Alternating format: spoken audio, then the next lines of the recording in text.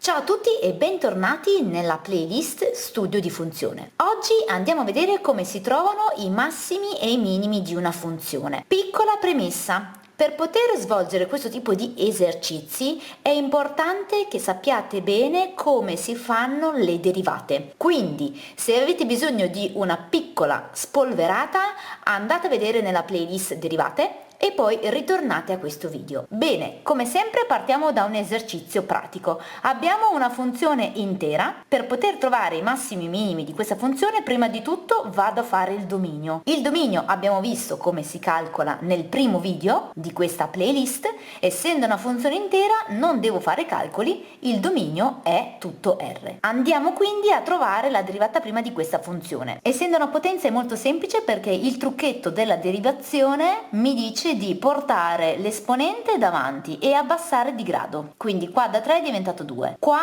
l'esponente era 1, l'ho portato davanti e abbassare di grado vuol dire x alla 0, cioè niente. Ora dobbiamo andare a porre la derivata prima maggiore di 0. Dobbiamo risolvere quindi una disequazione di secondo grado. Prima di tutto pongo uguale a 0 per trovare le due soluzioni. Porto il meno 3 al secondo membro cambiando di segno. Divido a destra e a sinistra per 3. Si semplifica tutto. Le due soluzioni sono x uguale più o meno la radice di 1, che ovviamente fa 1. Le vado a mettere nella retta perché dovevamo risolvere una disequazione, per cui usiamo il metodo del dice, o se preferite voi risolvetela col metodo della parabola. Se non vi ricordate nessuno dei due, andate a vedere la playlist sulle disequazioni di secondo grado. Il metodo del dice, che io uso sempre, che mi piace molto, dice discordi devo prendere i valori interni, concordi devo prendere i valori esterni. Vado quindi a vedere il segno del termine di x alla seconda, che è più 3,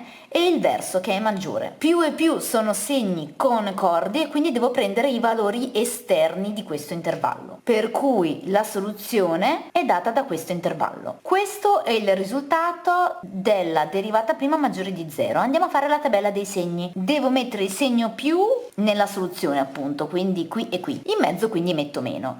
In corrispondenza del segno più faccio una freccia che va verso l'alto. Quando invece ho un segno meno faccio una freccia che va verso il basso. Come potete dedurre da queste frecce, si capisce che in meno 1 ho un massimo, ok? Perché ho una sorta di montagna. Quindi la funzione cresce, ho un massimo e poi decresce. In corrispondenza invece di 1 ho un minimo, perché la funzione scende e poi risale. Quindi così.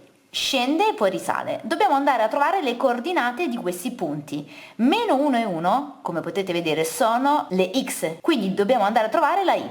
Come facciamo? Andiamo a sostituire i valori di x nella funzione di partenza.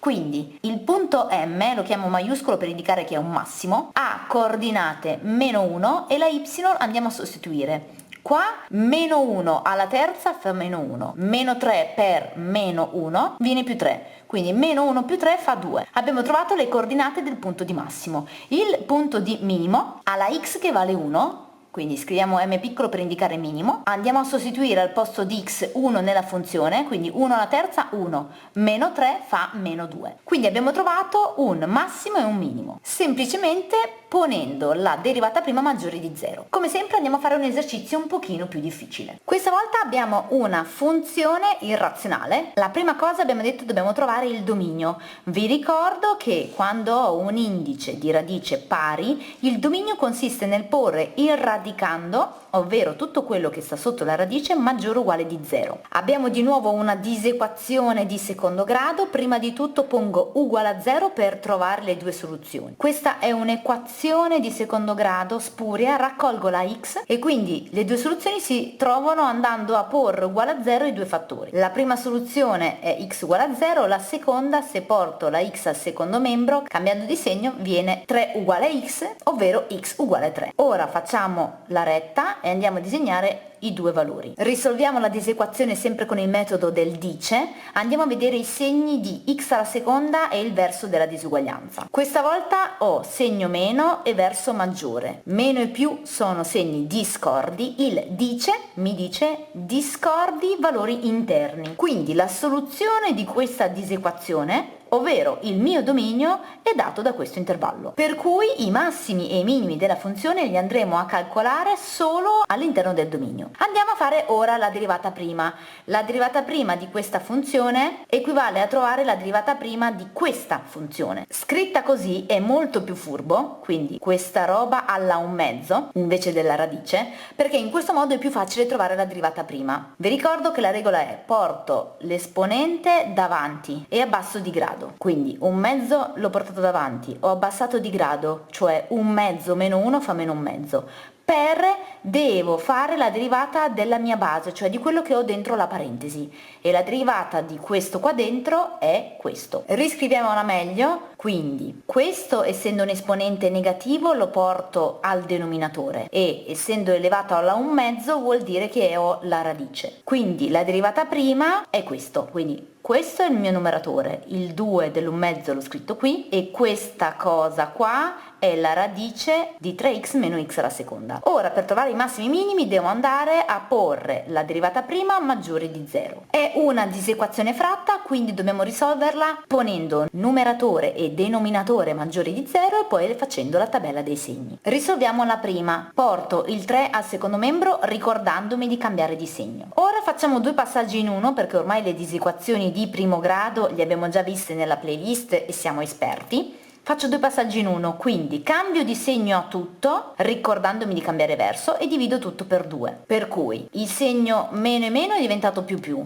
il verso maggiore è diventato minore, e ho diviso per 2, quindi è venuto 3/2. Questa è la prima soluzione. La seconda, 2 per la radice, posso mandare via il 2. Devo risolvere questa roba qua maggiore di 0, ma noi siamo furbi, ovviamente l'abbiamo già risolta prima, solo che prima l'abbiamo risolta col maggiore uguale, per cui la soluzione è la stessa, togliendo l'uguale. Quindi mi raccomando, fatevi furbi, quando avete già fatto determinati calcoli non state a rifarli ogni volta. Ora che abbiamo trovato la soluzione del numeratore e il denominatore, facciamo la tabella dei segni. Ricordatevi di scrivere sempre i numeri dal più piccolo al più grande, e prima di fare la tabella dei segni vi ho detto che noi andiamo a trovare massimi e minimi sempre all'interno del dominio. Il mio dominio è dato da questo intervallo, quindi voglio trovare massimi e minimi solo all'interno di 0, 3, questo intervallo, per cui tutto quello che sta fuori lo cancello, in questo modo. Ora andiamo a fare la tabella dei segni, devo mettere un segno più al numeratore quando x è minore di 3/2, quindi 3/2 minore devo andare a sinistra qua, mentre al denominatore devo mettere segno più tra 0 e 3, ovunque. Facciamo la tabella dei segni, più per più, più per meno, meno. Quindi abbiamo detto che tutte le volte che ho un più devo fare la freccia che va verso l'alto e tutte le volte che ho il meno devo fare una freccia che va verso il basso. Come potete vedere dalla direzione della freccia io vedo che la funzione cresce e poi scende, quindi in corrispondenza di x uguale a 3/2 ho un massimo.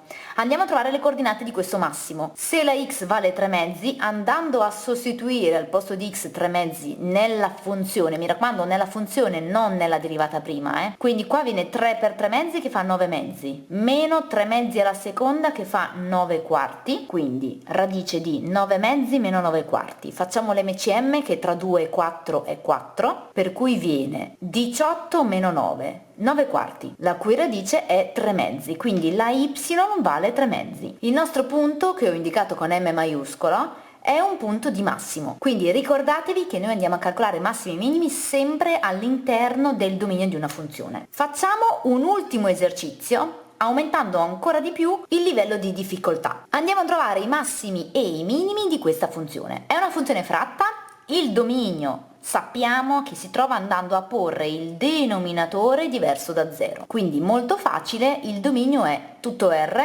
tranne 2. Ora che abbiamo il dominio andiamo a fare la derivata prima. Questa è la derivata di una funzione fratta, quindi se siete freschi di derivate mettete stop al video, fate i calcoli e poi confrontatevi con i miei. Avete fatto? Io vi ho messo tutti i passaggi in modo tale che potete verificare se avete calcolato bene la derivata prima. Bene, ora che l'abbiamo trovata andiamo a porla maggiore di 0. Abbiamo di nuovo una disequazione fratta, quindi per risolverla dobbiamo fare numeratore e denominatore maggiore di 0 e poi la tabella dei segni. Risolviamo il numeratore, è una disequazione di secondo grado, prima di tutto pongo uguale a 0 e mi avvantaggio anche perché cambio di segno mentre pongo uguale a 0. Troviamo le due soluzioni con la formula risolutiva, mettete stop, fate i calcoli da soli e poi confrontate con i miei per vedere se vi viene. Io ho usato la formula ridotta perché questo è pari e le due soluzioni sono 3 e 1. Andiamo a fare il dice, che mi dice che siccome meno x alla seconda e maggiore, meno e più sono segni discordi, devo prendere i valori interni. Quindi la soluzione del numeratore è x compreso tra 1 e 3.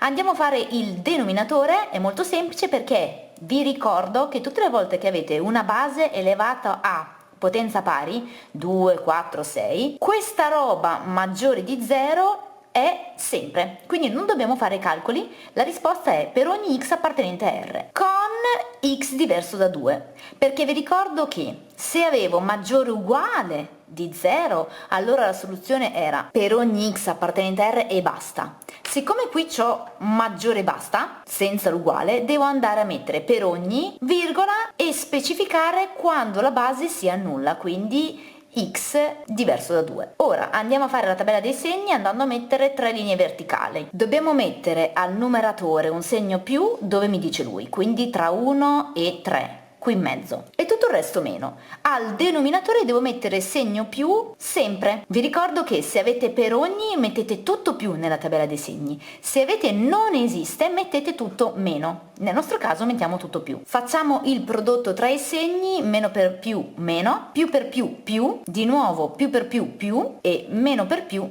meno. Abbiamo detto che tutte le volte che ho un meno metto una freccia che va verso il basso, quando ho il più una freccia che va verso l'alto. Quindi in corrispondenza di 1 ho un minimo e in corrispondenza di 3 ho un massimo. In corrispondenza di 2 ho due frecce che vanno verso l'alto, ma 2 non mi interessa perché vi ho detto che noi andiamo a trovare i massimi e i minimi all'interno del dominio. Il dominio è x diverso da 2, cioè voglio tutto tranne 2, quindi qui faccio un bel pallino vuoto per indicare che 2 lo scarto, non mi interessa. Quindi abbiamo un minimo e un massimo, andiamo a trovare le coordinate. Vado a sostituire al posto di x 1 all'interno della funzione, quindi al numeratore mi viene 3 meno 1 che fa 2, al denominatore 1 meno 2 che fa meno 1, quindi mi viene meno 2 e questo è il nostro minimo. Il massimo ha coordinate x 3, vado a sostituire qua, 3 alla seconda fa 9, quindi 3 meno 9 fa meno 6 e sotto 3 meno 2 1, quindi viene meno 6. Mi raccomando, ricordatevi sempre che per trovare la coordinata y del punto dovete andare a sostituire nella funzione, ok? Non nella derivata prima, E ricordatevi sempre di trovare i massimi e minimi all'interno del dominio. Tutto quello che non fa parte del dominio, come da noi 2, non ci interessa. Ecco qua gli esercizi che vi ho preparato. Siete pronti? Azionate il cronometro e fate più esercizi possibili in 2 minuti di tempo. Scoprirete che bastano pochi minuti per raggiungere ottimi risultati. Eccoci qua! Se i video ti sono stati utili e se gli esercizi ti sono serviti, fammelo sapere.